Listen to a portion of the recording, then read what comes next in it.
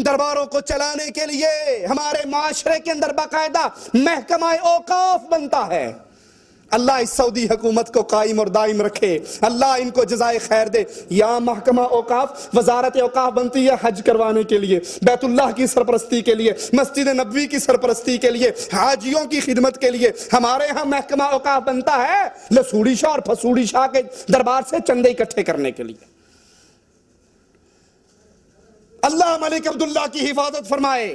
جس طرح ملک عبدالعزیز رحمت اللہ علیہ نے اور اس سے پہلے ملک سعود رحمت اللہ علیہ نے اور ان کے ساتھ شیخ محمد بن عبدالوہاب نجدی رحمت اللہ علیہ نے اس منطقے سے تمام قبر پرستی کو جڑ سے اکھاڑ کر پھینک دیا، دربار سازی کو مٹا کر رکھ دیا۔ گھر ہے تو اللہ کا گھر ہے، اس کے علاوہ کسی اور کا دربار نہیں ہے۔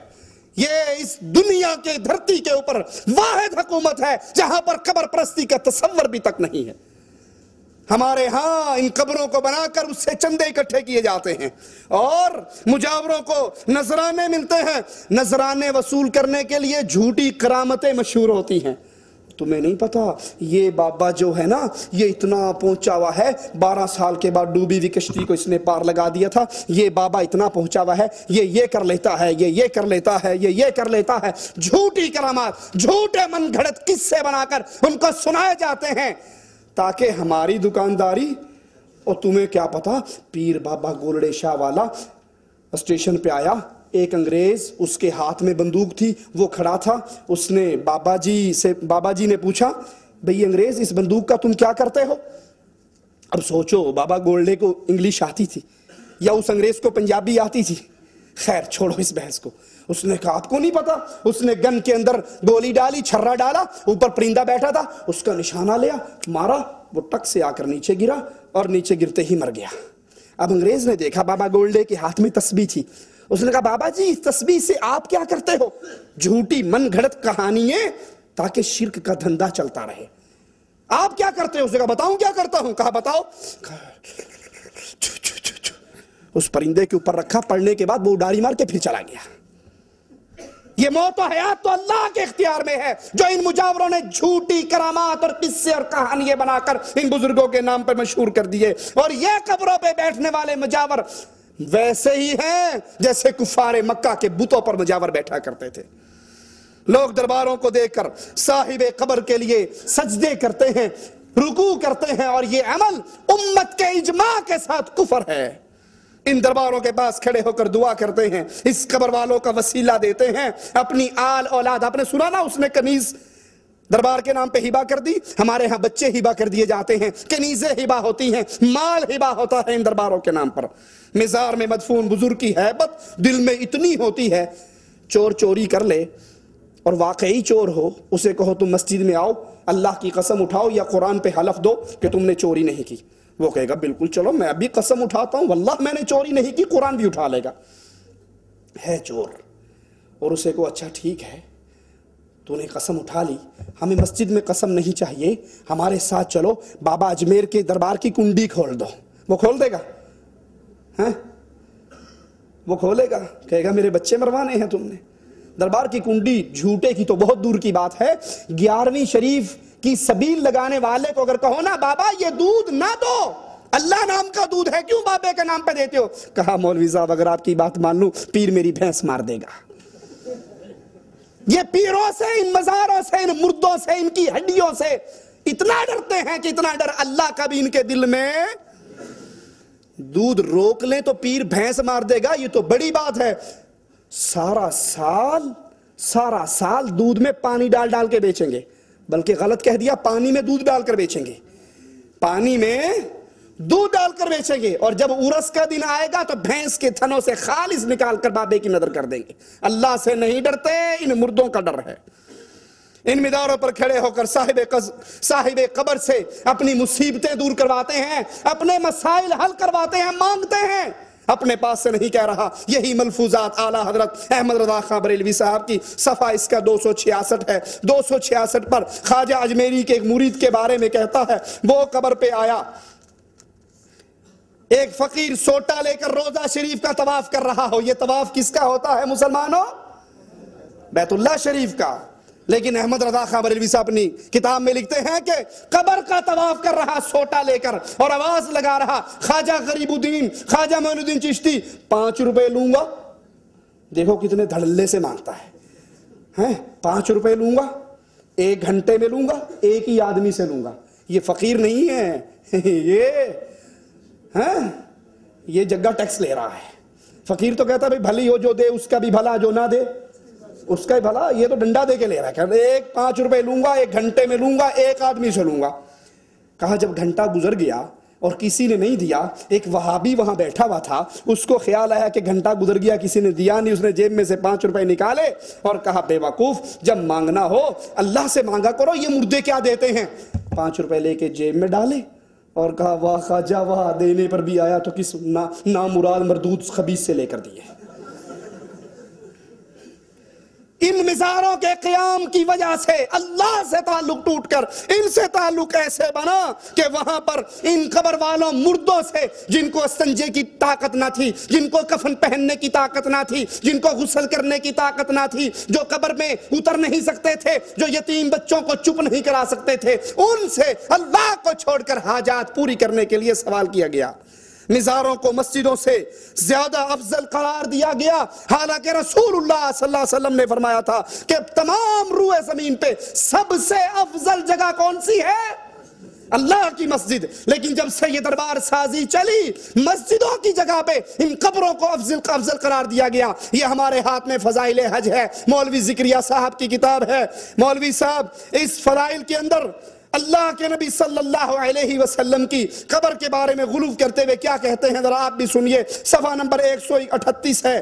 138 پہ کہتے ہیں, مدینے میں جاؤ, قبہ خضراء پر نظر پڑے, عظمت اور ہیبت اور نبی کی علو شان کا استحضار کرو. یہ سوچو اس پاک قبے میں وہ ذات اقدس ہے جو ساری مخلوق سے افضل ہے, انبیاء کی سردار ہے, فرشتوں سے افضل ہے. یہاں تک تو بات ٹھیک ہے, نبی تمام مخلوقات سے افضل ہیں. لیکن آگے سنو, مسجدوں کو چھوڑ کر قبروں کو کیسے پوجا جاتا ہے. کہا قبر شریف کی جگہ ساری جگہوں سے افضل ہے, اور جو حصہ نبی کے جسم مبارک سے ملا ہوا وہ کعبہ سے افضل ہے. بریک نہیں لگی, دھندا چل رہا ہے. کعبہ سے افضل ہے, عرش سے افضل ہے, اللہ کی کرسی سے افضل ہے. ان قبر کو بنانے پر, ان مزاروں پر بیٹھنے پر قبر پرستی اتنی عام ہو گئی کہ اللہ کی مسجدوں کو چھوڑ کر ان قبروں کو اللہ کے بیت اللہ سے اعلیٰ, عرش سے اعلیٰ, اللہ کی کرسی سے افضل. تو سیدھی طرح کہہ دو, کان الٹے ہاتھوں کیوں پکڑ رہے ہو کہ یہ جو پیر پڑا ہے یہ اللہ سے اعلیٰ ہے, جب اس کی قبر عرش اور کرسی سے افضل ہے, جو عرش پہ مستوی اللہ ہے, تو پھر یہ اللہ سے بڑھ کر ہوگا. مزاروں کی زیارت کے بہانے بے حیائی اور فحاشی کا ایسا سیلاب آیا, جتنے اغوا ہوتے ہیں قبروں پہ, زنا ہوتے ہیں قبروں پہ, پاؤڈر, چرس, افیون, ہیروئن, جو کچھ ملتا ہے ان قبروں کے اوپر. قاتل نامی گرامی قاتل ہو, سبز چولا پہن کر کسی دربار پہ بیٹھ جائے, پولیس والوں کی ماں مر جائے گی, اس کو پکڑ نہیں سکے گا. پکڑے گا تو گستاخ رسول کے پرچے کے اندر ہو جائے گا. قبروں پر قبہ سازی کا عمل اللہ اور اس کے رسول کی کھلی بغاوت ہے.